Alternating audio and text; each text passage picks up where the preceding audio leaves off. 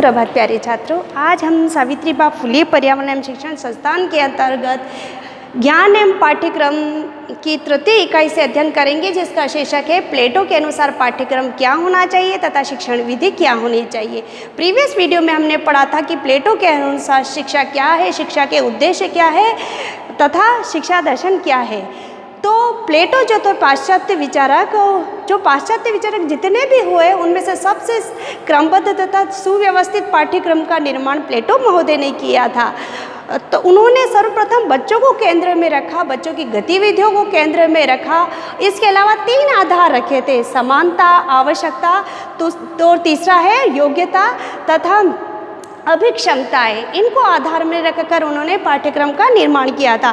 सर्वप्रथम आता है समानता। उन्होंने कहा है कि स्त्री पुरुष या बालक बालिका की जो शिक्षा है वह समान होनी चाहिए, यानी कि शिक्षा में समानता का नियम होना चाहिए। इन दोनों का पाठ्यक्रम समान होना चाहिए। इसके अलावा योग्यताएं तथा अभिक्षमताओं के अनुसार उन्होंने बोला था कि सभी बालों की योग्यता, शक्ति तथा अभिक्षमताओं के आधार पर पाठ्यक्रम का निर्माण किया जाना चाहिए। आगे आता है आवश्यकता। आवश्यकता के अनुसार उन्होंने बोला था कि व्यक्ति की तथा राज्य की जो आवश्यकता है, वर्तमान आवश्यकता है, उनको ध्यान में रखकर ही पाठ्यक्रम का निर्माण किया जाना चाहिए।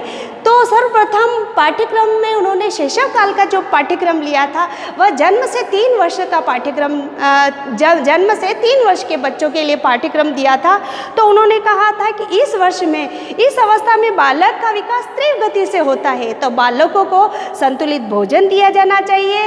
उनको उचित पौष्टिक भोजन देने के अलावा उनका लालन पालन भी अच्छी तरह से किया जाना चाहिए। उनको उनके स्वास्थ्य की देखभाल करनी चाहिए। इसके अलावा उन्होंने कहा है कि बच्चों का जहाँ तक हो सामाजिकरण अच्छा हो तथा शैक्षिक वातावरण में ही उनका सामाजिकरण होना चाहिए।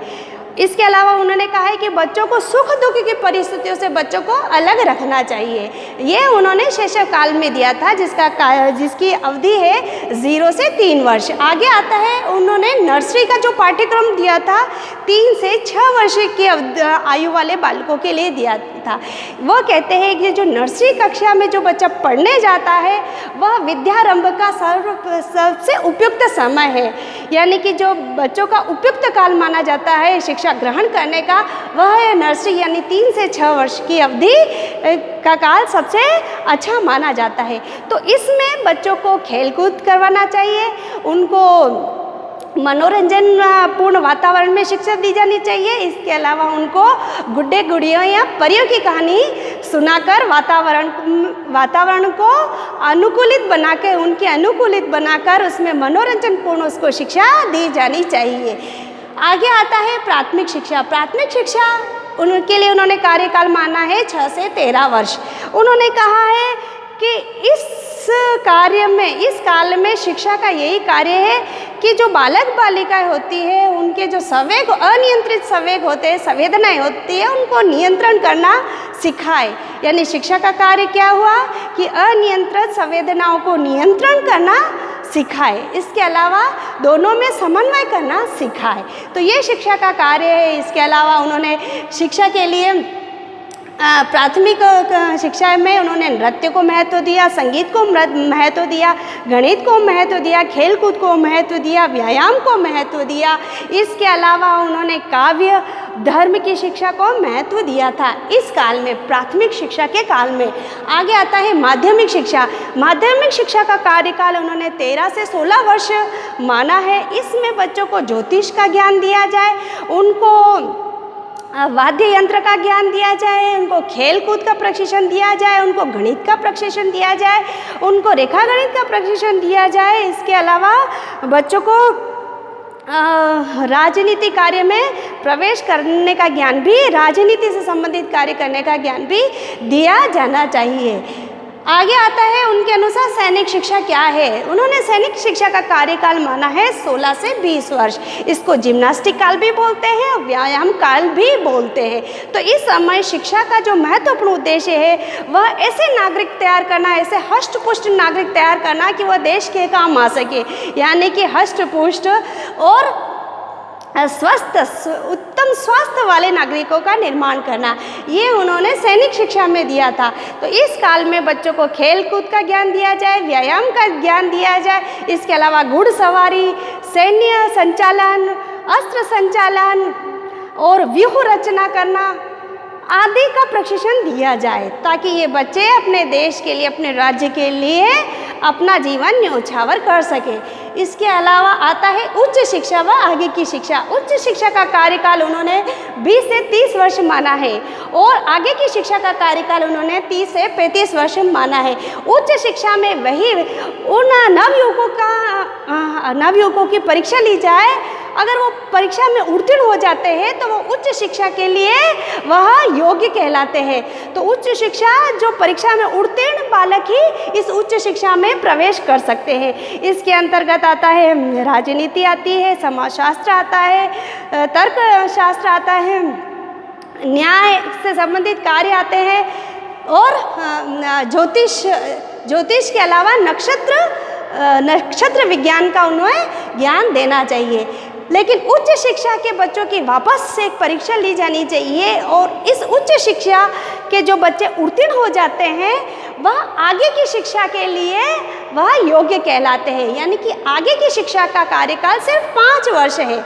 5 वर्ष में उनको दर्शन शास्त्र का ज्ञान करवाया जाना चाहिए, उनको मनोविज्ञान का ज्ञान कराना चाहिए, उनको समाजशास्त्र का ज्ञान कराना चाहिए, राजनीति शास्त्र का ज्ञान कराना चाहिए तथा न्याय से संबंधित कार्य या शिक्षा दी जानी चाहिए। ये जो आगे की शिक्षा है वह उसका कार्यकाल 5 वर्ष का है और जो उच्च शिक्षा से जो बच्चे उत्तीर्ण हुए हैं वही आगे की शिक्षा के लिए एलिजिबल है। यानी कि फिर जो 35 से 50 वर्ष है तो वह ऐसे नागरिक तैयार करना जो देश यानी कि राज्य की रक्षा सेवा का कार्य कर सके, यानी कि पूर्ण वह राज्य के लायक बन सके तथा राज्य की रक्षा के संबंधित कार्य कर सके।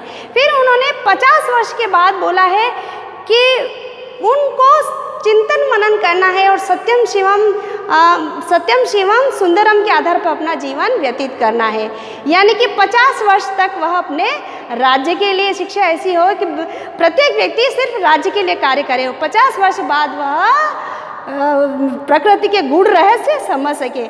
लेकिन उच्च आगे की शिक्षा में उन्होंने जो पाठ्यक्रम दिया था वह राजनीति था, समाजशास्त्र था, न्यायशास्त्र था, आगे की शिक्षा में उन्होंने दिया था। और 50 वर्ष के बाद वह सांसारिक मोह माया से आश्वस्त होकर वह चिंतन मनन करे, स्वाध्याय करे। यह उन्होंने 50 वर्ष से ऊपर वाले व्यक्तियों के लिए निर्धारित किया था। आगे आता है शिक्षण विधि। तो सर्वप्रथम उनकी शिक्षण विधि थी तर्क तथा वाद विवाद। तर्क तथा वाद विवाद जो विधि है वह सुकरात के द्वारा दी गई थी। इसका साधारण अर्थ होता है कि जो विचारवान जो व्यक्ति होते हैं, जो महापुरुष होते हैं, वह आपस में तर्क वितर्क तथा वाद विवाद करके किसी नतीजे पर अपना मत व्यक्त करते हैं। तो तर्क तथा वाद विवाद जो विधि है वह सुकरात के द्वारा निर्धारित की गई थी, लेकिन इसको प्लेटो महोदय ने आगे बढ़ाया।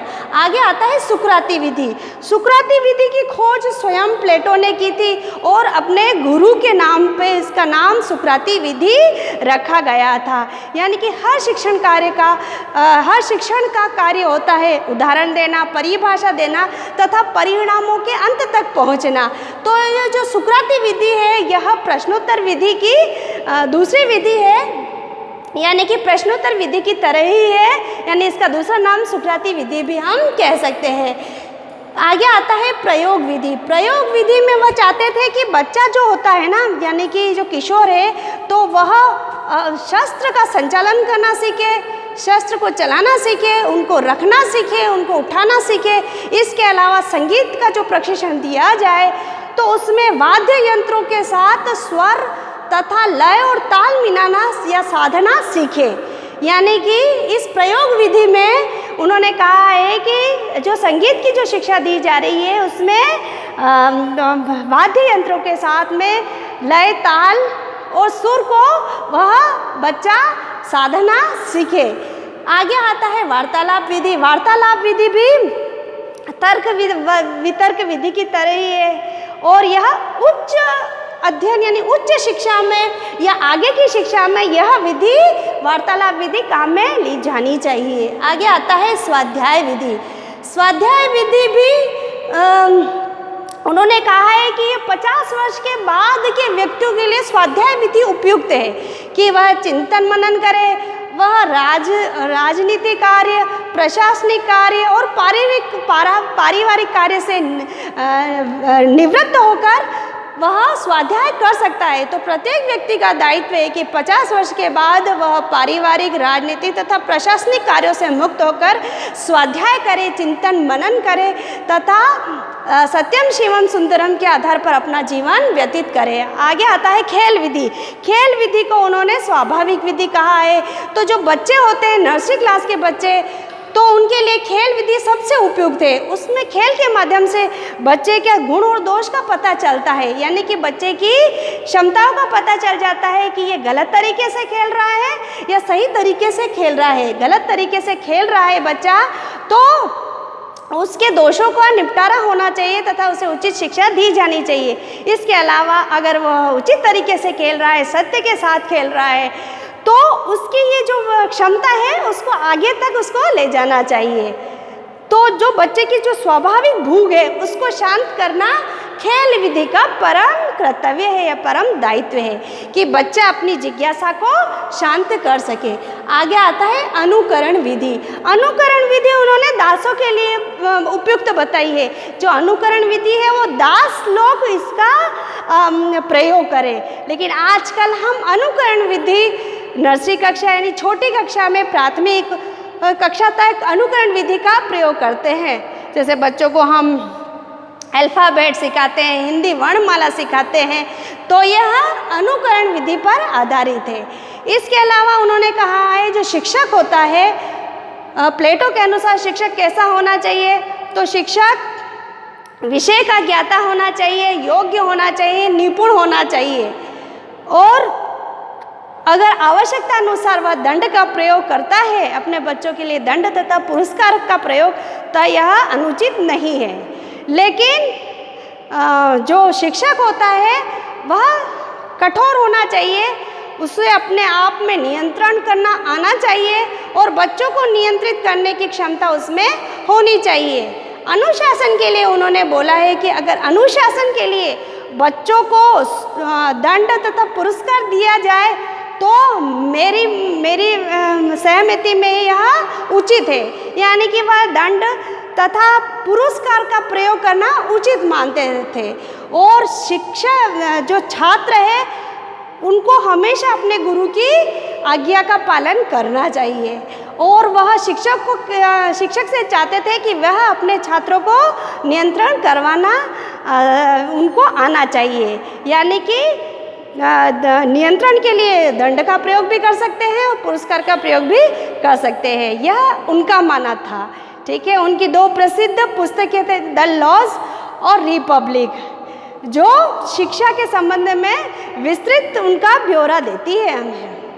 लेकिन दोनों की पुस्तकों में उनके शिक्षा संबंधी जो मंतव्य है वह अलग अलग होते गए, क्योंकि द लॉज है वह वृद्धावस्था में लिखी गई थी और द रिपब्लिक उनकी युवावस्था में लिखी गई थी। इसलिए दोनों किताबों में विचारों में, शिक्षा के संबंधी विचारों में अंतर है। तो आज यहीं तक, कल वापस मिलेंगे, तब तक के लिए धन्यवाद।